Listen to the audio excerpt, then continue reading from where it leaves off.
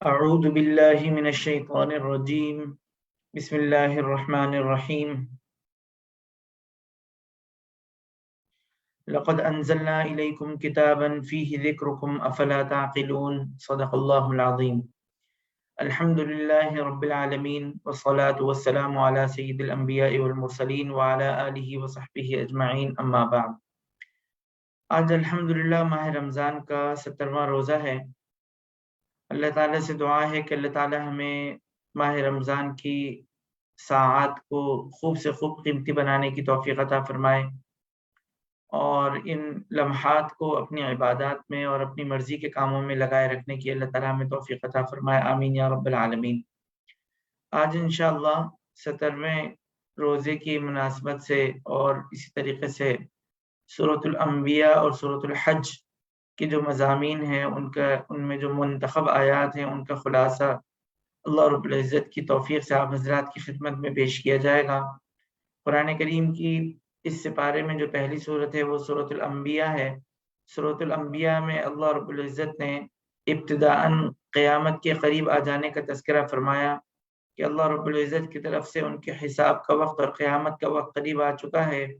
اور وہ غفلت کی حالت میں ہیں، اور در حقیقت ان کو اس یوم احتساب اور یوم حساب سے ایک طریقے سے غفلت ہے، اور غفلت کا مطلب یہ ہے کہ ان کو اس کا ادراک اور احساس نہیں ہے کہ ایک دن وہ تمام اعمال، وہ تمام سرگرمیاں، وہ تمام معاملات جو ہم اس دنیا کے اندر انجام دے رہے ہیں، ان تمام چیزوں کا ہمیں اللہ رب العزت کی بارگاہ میں حساب دینا ہے۔ چنانچہ اللہ تعالیٰ نے فرمایا کہ لوگوں کے لیے حساب کا وقت قریب آ گیا ہے اور وہ غفلت کی حالت میں ہیں، اور جب بھی ان کے پروردگار کی طرف سے کوئی نصیحت کی بات ان کے پاس آتی ہے وہ مذاق بنا کر اس حال میں سنتے ہیں کہ ان کے دل فضولیات میں منہمک ہوتے ہیں، چپکے سرگوشی کرتے ہیں اور اپنے طرز عمل سے اس کے بارے میں کسی قسم کی سنجیدگی کا مظاہرہ نہیں کرتے۔ قرآن کریم کی ان آیت میں اللہ رب العزت نے نصیحت کے لیے ایک انتہائی انوکھے انداز میں بیان فرمائی ہے، اور وہ منفرد انداز یہ ہے۔ اللہ تعالیٰ فرما رہے ہیں لقد انزلنا الیکم کتابا فیہ ذکرکم افلا تعقلون، ہم نے تمہارے پاس ایک ایسی کتاب اتاری ہے جس میں تمہارے لیے نصیحت ہے، جس میں تمہارا تذکرہ ہے، جس میں تمہارے لیے ذکر خیر کا سامان ہے، کیا تم اس کے بارے میں پھر بھی نہیں سمجھتے؟ قرآن کریم کی اس آیت میں اللہ رب العزت نے مخاطبین کا تذکرہ فرما کر، پڑھنے والوں کا تذکرہ فرما کر اس انداز میں بیان فرمایا کہ یہ کتاب تمہارے لیے ہی تو اتاری ہے، تمہارا ہی ذکر خیر اس میں ہے اور تمہارے لیے ہی خیر و بھلائی کی باتیں اس میں ہیں۔ قرآن کریم کی اس آیت میں اللہ رب العزت نے مخاطبین کا تذکرہ فرما کر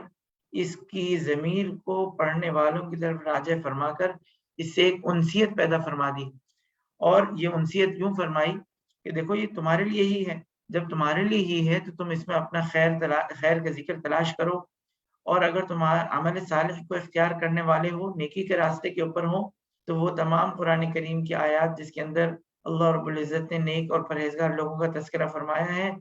وہ تمام تذکرہ در حقیقت اس میں یہ نصیحت ہے، تمہارے لیے ذکر خیر ہے کہ تم ان تمام نیک باتوں کو، نصیحت کی باتوں کے اوپر عمل کرنے کی کوشش کرو، اور اگر خدا نہ خواستہ کسی وجہ سے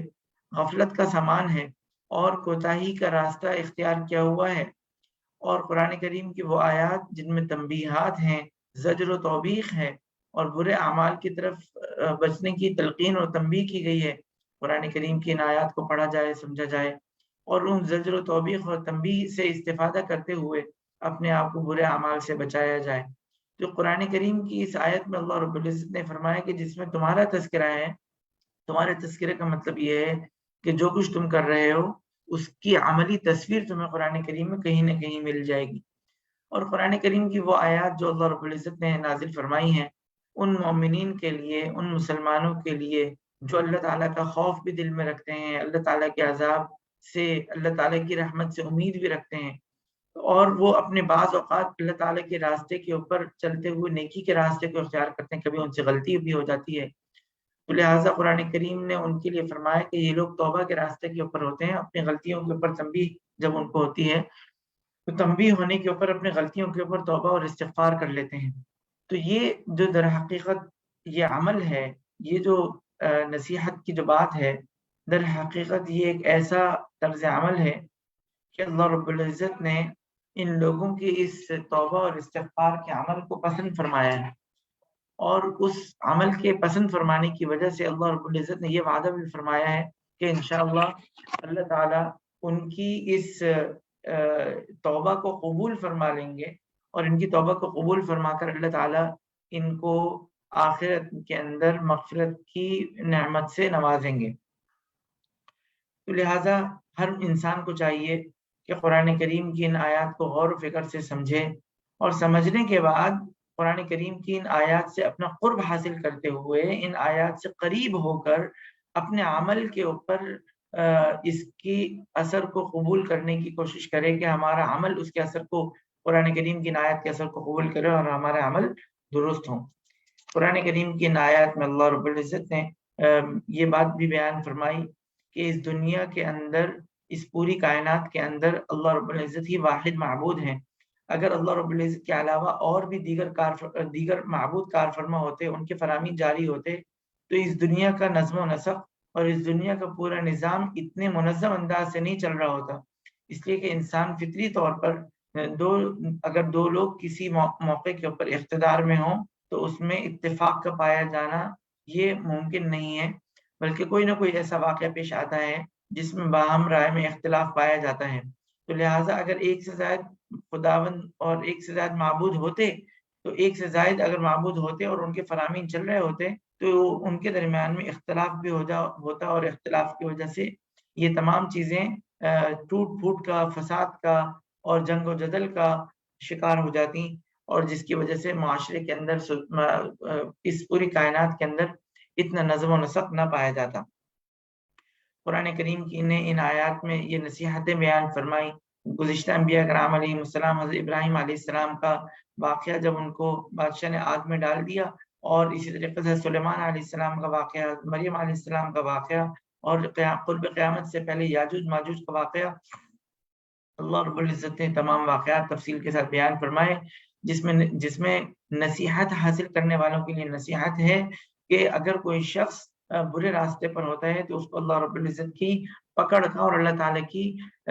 عذاب کا سامنا کرنا پڑ سکتا ہے، مواخذے کا سامنا کرنا پڑ سکتا ہے، اور جو لوگ نیکی کے راستے کے اوپر ہیں وہ اس بات سے اللہ تعالیٰ کی امید رکھ سکتے ہیں کہ اللہ تعالیٰ ان کو مغفرت فرما دیں گے، اور مغفرت فرمانے کے بعد اللہ تعالیٰ ان کو ایک دن اللہ تعالیٰ ان کو قیامت کے روز اجر و ثواب سے سرفراز فرمائیں گے اور نیک انعامات سے نوازیں گے۔ قرآن کریم کی انہی آیات میں اللہ رب العزت نے وہ مشہور آیت بھی نازل فرمائی ہے جس میں نبی اکرم صلی اللہ علیہ وسلم کو مخاطب کر فرمایا گیا، وما ارسلناک الا رحمۃ للعالمین، کہ ہم نے آپ کو جہانوں کے لیے رحمت بنا کر بھیجا ہے۔ اور قرآن کریم کی اس آیت میں اللہ رب العزت نے نبی اکرم صلی اللہ علیہ وسلم کی شان رسالت کو بیان فرمایا ہے کہ نبی اکرم صلی اللہ علیہ وسلم سراپا رحمت ہیں، اور سراپا رحمت اور شفقت ان کی اس وقت تک جاری رہے گی جب تک قیامت کے روز نبی اکرم صلی اللہ علیہ وسلم اپنی امت کے حق میں قیامت کے روز شفاعت نہیں فرما دیتے، اس وقت تک نبی اکرم صلی اللہ علیہ وسلم کی جو رحمت ہے وہ ہمارے اوپر اور اپنی امت کے اوپر جاری و ساری رہے گی۔ اس کے بعد اللہ رب العزت نے سورۃ الحج نازل فرمائی ہے، اور سورۃ الحج میں اللہ رب العزت نے حضرت ابراہیم علیہ السلام کے اوپر حج کا جو واقعہ ہے، جس طریقے سے ابراہیم علیہ السلام نے حج کے مناسک ادا کیے تھے، وہ تمام مناسک اللہ رب العزت نے بیان فرمائے۔ قرآن کریم کی آیات میں جب یہ آیات اللہ رب العزت نے بیان فرمائی، تو ان آیات کے بیان فرمانے کے بعد ایک اصول اللہ رب العزت نے بیان فرما دیا۔ وہ اصول یہ ہے کہ اللہ تعالیٰ نے فرمایا لن ینال اللہ لحومها ولا دماؤها، کہ جب تم قربانی کرتے ہو اور جب حج کے مناسک ادا کرتے ہو تو اس قربانی کے موقع کے اوپر اللہ تعالیٰ کے حکم کے مطابق قربانی کرنے پر اللہ تعالیٰ کو تو کوئی خون اور گوشت اور یہ سب چیزیں تو اللہ تعالیٰ کو نہیں پہنچتی، لیکن تم نے جس نیت کے ساتھ قربانی کا یہ جانور اللہ تعالیٰ کے لیے ذبح کیا ہے، یہ تمہارا تقویٰ، یہ نیت، یہ اخلاص اللہ تعالیٰ تک ضرور جاتا ہے، اور اللہ تعالیٰ جس تقوی کے ساتھ تم یہ قربانی کے عمل کو مکمل کرو گے، اللہ رب العزت اسی جذبے کے مطابق، اسی تقوی کے مطابق تمہیں اللہ تعالیٰ اس کا اجر عطا فرمائیں گے، اور اسی کے مطابق تمہارے لیے اس کا اجر و ثواب لکھا گیا ہے۔ تو لہٰذا ہر انسان کو چاہیے کہ قربانی اس انداز میں کرے، حج کے مناسک اس انداز میں کرے کہ اس میں دکھاوا نہ ہو، اس میں ریاکاری نہ ہو، اس میں مقصود اللہ تعالیٰ کی رضا ہو، اس میں مقصود اللہ تعالیٰ کی قرب حاصل کرنا ہو، اللہ تعالیٰ کی خوشنودی حاصل کرنا مقصود ہو، اور فقراء کا جو حق اس میں لکھا گیا انسان اس حق کو ادا کر رہا ہو، اور جن لوگوں کے اوپر قربانی واجب ہے وہ لوگ اپنی قربانی ادا کر رہے ہوں۔ تو یہ در حقیقت وہ آداب اور احکامات ہیں کہ اگر انسان ان آداب اور احکامات کی رعایت رکھتے ہوئے اپنی قربانی اور اپنی مناسک اپنی عبادات کو پورا کرتا ہے تو اللہ تعالیٰ نے یہ وعدہ فرمایا کہ اللہ تعالیٰ بشر المحسنین، اللہ تعالیٰ نیکی کرنے والوں کو کرنے والوں کو خوشخبری سنا دیجیے کہ اللہ تعالیٰ ان کے اعمال کو قبول بھی فرمائیں گے، اس کا بہترین اجر بھی عطا فرمائیں گے۔ اللہ تعالیٰ سے دعا ہے کہ اللہ تعالیٰ ہمیں قرآن کریم کی آیات کو سمجھنے کی اور اس کے مطابق اپنے عمل کو درست کرنے کی توفیق عطا فرمائے۔ وآخر دعوانا ان الحمد للہ رب العالمین۔ السلام علیکم ورحمۃ اللہ وبرکاتہ۔